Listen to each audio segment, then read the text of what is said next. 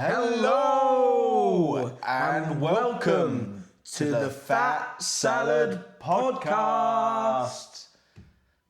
Best we've done it in a while. Best we've done it in a while. Actually, as Fat Salad intros go, probably an 8.5. Yeah, maybe 8.6. We'll see. What's the extra point for? Just got a feeling. Okay. We'll see what the fans say. What are we talking about this week? Today, we are talking about a variety of things. The first being, none other than the headline show on Friday. The second being the single we've just released. The third being the singles we will release. And finally, the fourth thing, our gig next weekend. Which is where? This weekend in Brighton. At the Pipeline. At the Pipeline. 15th of April. Be there, be square. First time we played in Brighton. It's going to be huge. Can't wait. I'm actually really excited. I'm buzzing. It's a nice small little road venue. trip, baby. Yeah. Road trip. The only thing we're missing is Oren getting absolutely hammered in the back of the car with a crate of beer on the way. Yeah, but he's probably doing that somewhere else. He's probably doing that somewhere else. Probably, as we speak. You know, as we speak, yeah. I guarantee he's 9/10 cans into a crate of 12. He always seems to be about 10 cans deep. Yeah. Permanently. Always. So, how's the show? Some would say we've been invited to the Rock and Roll Hall of Fame. That's what some people would say. It was pretty mega. I mean, the venue themselves, and I quote, said the whole place felt like it was on a boat. Which is a pretty good review. I'd say it as... because it was so wet. Everyone's feet were soaked. There's a flood. I don't think that's what he implied. But, yeah, it was still a nice compliment for the venue to, give us... I mean, he sat there and was probably best we've had here. Yeah. So it was nice to hear that kind of feedback straight off the bat. And then I think you could really feel it in the room with, the response from the crowd, the supports. Surfing. We had crowd surfing. First crowd surfing. Now, let's talk about that, Elliot. How does it feel? Because as a man that I'm sure has crowd surfed himself many a time, how the hell did it feel to watch someone at your gig get it was actually quite surreal. It's one of those moments where you see bands on stage and you watch crowd surfing at gigs you're at, or you watch a gig on YouTube and you see a mad festival and people just going up and crowd surfing, and it's such a vibe. And so for people to receive our music in such a way that it makes them want to balance delicately on the hands of other people, of room full of strangers, for our music, that's just pretty mega. Really cool. I remember when it happened, I looked around almost in disbelief, and then you were sat there, we were all just smiling. Yeah. Just staring at just smiling. I'm surprised I carried on singing, because there was a part of me that just wanted to sit there and watch for a bit. Yeah, no, so cool. But yeah, I mean, he was one of two as well, one of two crowd surfers. Yeah. And I don't think we've had a crowd surfer before. That's the first time. Yeah. So to have two separate individuals go up at separate times during the set felt pretty mega. Yeah, that was cool. What else was good? I mean, off the back of that, I got asked multiple times whether I personally had also crowd surfed, and the answer was, I think I have once, but not since I hit 90 kegs. No, you're quite hard to because it's not like I'm 90 kilos. Maneuver. That's long enough to disperse over, a large surface area. No, it's like crowd surfing a 90 kilo anvil. Do you know what I mean? Yeah. You're very much like a medicine ball or a bowling ball. Yeah. So you're very concentrated weight. So it would be fun though. If we do a show at a bodybuilding convention, perhaps. Maybe. Till then. How fun would it be though? It did make me think that. If I had my wireless lead, it'd have been game over. It'd have been game over. Yeah, but how fun would it be if I'd just started crowd surfing myself? Yeah, it'd be wicked. We just stopped playing the songs and I just told them to... and then they get everyone to sing Seven Nation Army. And I had to go, send me back. No. But yeah. Really cool. What else was good? The supports were really good. The supports were fantastic. Everyone was really friendly. I mean, let's go through them, because there were some really cool styles, really cool... Count D'Lo, straight off the bat, first impression. Yeah, really liked it. I dug it. The guitarist, Zandra, he had a really cool strat tone. Big fan. And I liked the energy that the lead singer was giving off. Oh, Dom. Yep, Dom was very much. I mean, straight off the bat, He's wearing a cool scarf. Opening event's tough, and he had a cool scarf. He looked like, just the vibe, and I liked his voice. I liked the style of the writing. And what's interesting is I was speaking to him, and I figured out how they got their name, which I'll divulge. But two, I was speaking to Dom about the kind of genre and stuff like that, and he was like, well, surprisingly, they're all from very different genres. So he likes a lot of pop punk, but that wasn't their vibe. Right. And he said what he was about was trying to bring that energy towards their music. So, throwing two worlds together. And, I thought it really worked. So I liked it. But yeah, the origin of the name, if I'm quoting it right, is Count Dilo. One of their teachers in primary school was something Dilo. Right. The surname was Dilo. Yeah. And they killed one of their hamsters. Right. The teacher killed the hamster by doing a science experiment on it. Oh God. And they were doing this test to see if there was respiration happening. Yeah. 2 days later, the hamster died. So there wasn't. So one of them had written a very, very stern letter at age 10 years old to their teacher, which they got suspended for.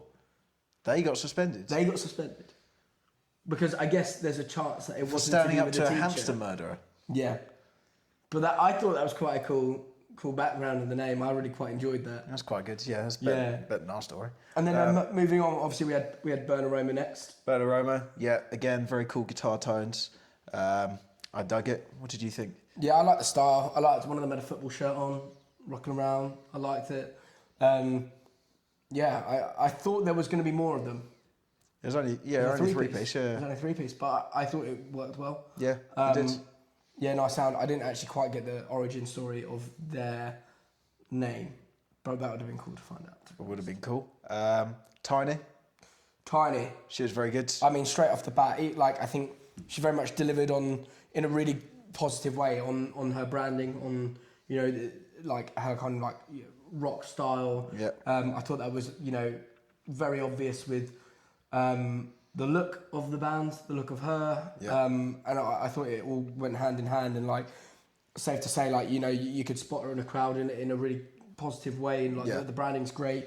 The sound was great. She had an amazing voice, I thought. She got the crowd wound up nice. She did. She got everyone cooking. Everyone was in a really good spot, and that actually made it so nice and comfortable for us to get on stage, deliver our performance. So I wasn't at all worried at any point about having to do a lot of crowd work. Although I feel like we did a good job of bending to the crowd. We played some quieter songs, but I feel like the crowd were very much happy to receptive to what we wanted to do, and the fat salad experience that we wanted to give them. And I think that really kind of played out in our favour. I think afterwards we got quite a few comments of people being I like that the crowd interaction was on point.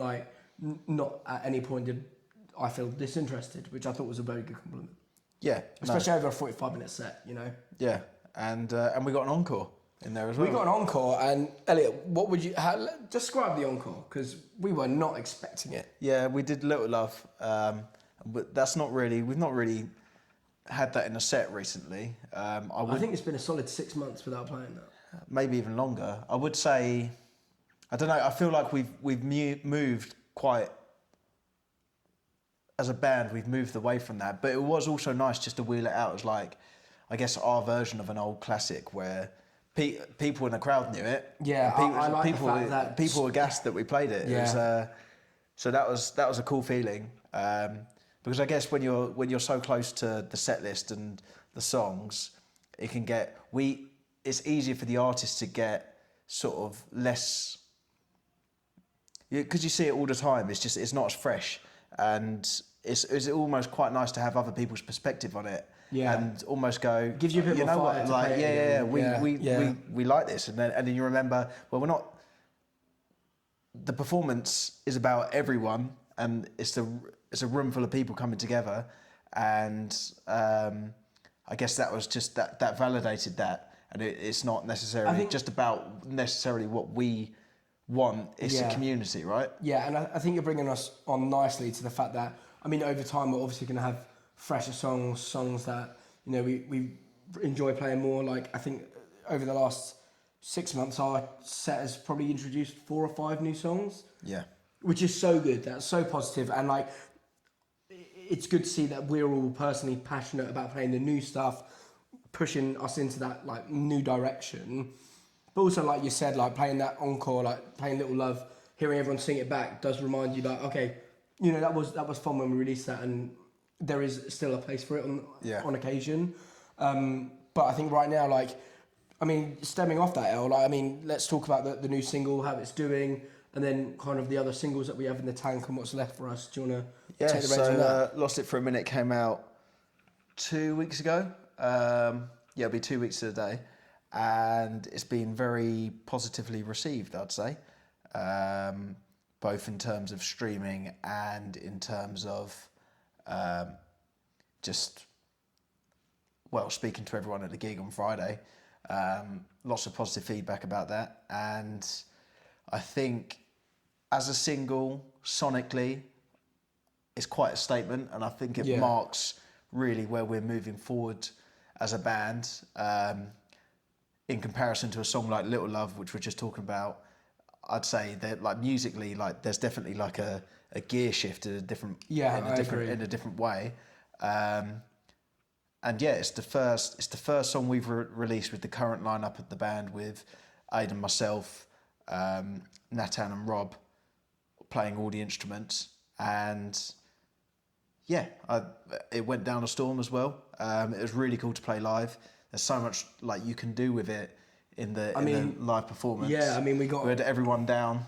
That was a surreal moment as well. I mean, I think that was an example tying back to the point earlier about how the crowd were very receptive to us, because first time we've played that song live after it's being released, you don't really know what to expect sometimes, and like it was just so nice that we could have that kind of control, and like we could just be like, we didn't really say much, we just kind of started ushering people down. Yeah. And then all of a sudden everyone's on their knees like for the drop and getting excited, and then, you know, when we come back into everything, everyone's joshing about getting each other.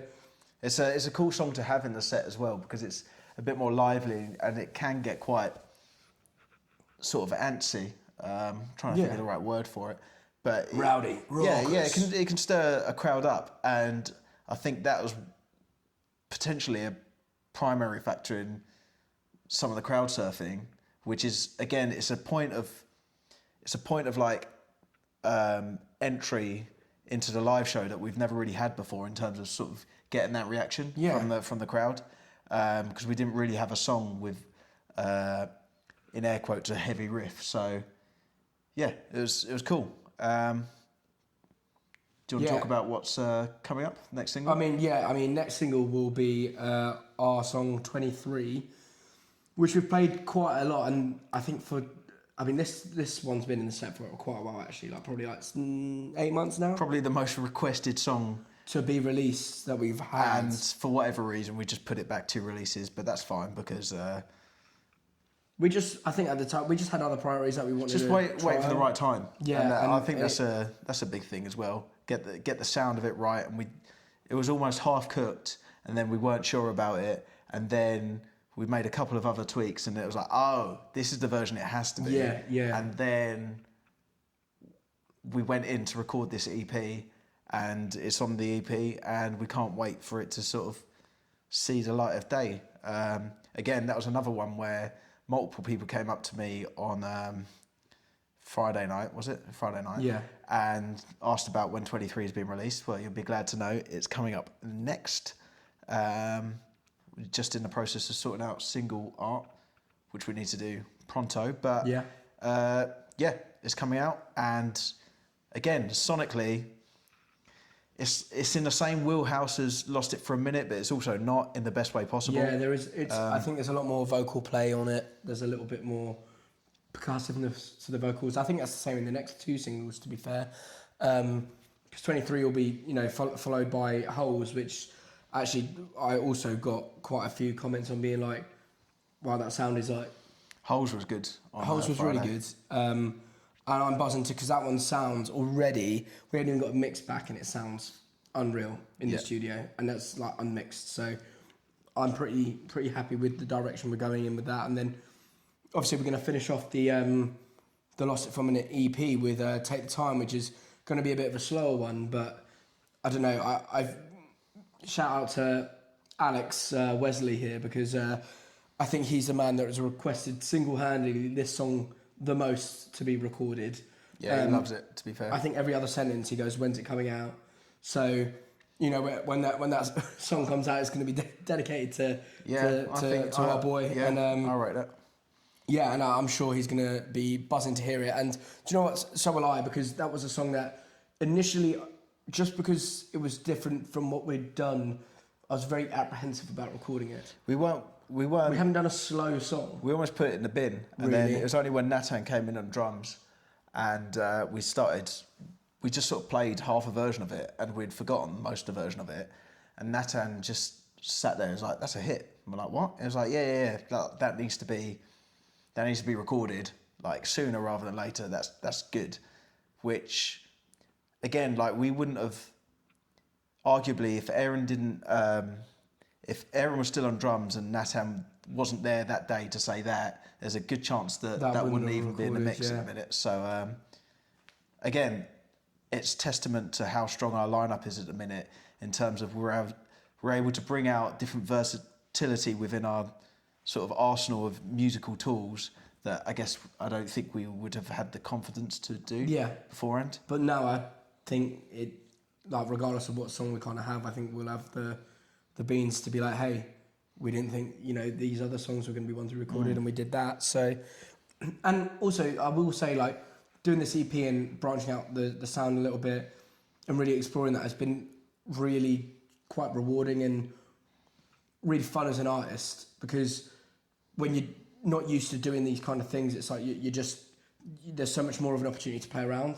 And I think we definitely have delivered on that in the sound we have, and you know, I think we can tell by the studio days that we've had and the amount of fun we've had with it that it is going to be an exciting time for Fat Salad. And I think they're moving on from that, El. Like, I mean, I think it ties us in quite well to next weekend this weekend, where we'll be playing them all in Brighton at the Pipeline. And yeah, I mean, like, I'm quite excited. Are there any like songs that you're kind of, why are you personally excited about the Brighton gig? I like Brighton as a city. It's creative. I've been there twice. Okay. In my whole life. Oh, is that it? Yeah. Yeah, no, it's creative. It's a good vibe. There's a good music scene down there, and we haven't played there as a band. And I think a big mission statement of this year has been, right, we need to play in some different cities. London's great, but we need to really sort of start dominating sort of nationally. And so... And we've got support by some local Brighton bands. So we got the Mechanicals and we got Underpass. Shout out to Christian.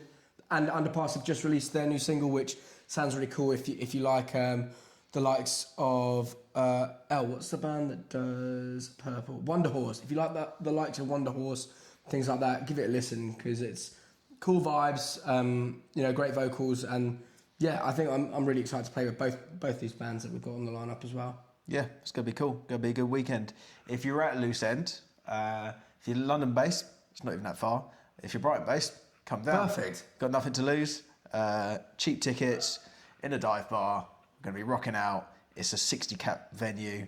There's a good chance. It's going to be intimate, and there's a good chance it will sell out. So yeah, get down. We can't wait to play. And yeah, 2 weekends on the bounce, like. Yeah, that's cool. Yeah, it's fun. And then Sheffield 6th of June. 6th of June, and the diary's booking up. And we will have a date for 23 soon. So soon. All things are coming. Should we knock it on the head there? Yeah, I think that's everything. Right. Get your tickets. Ticket links in the bio. Listen to the single. Big love. Please like and subscribe to support the band. Come on! Thank you.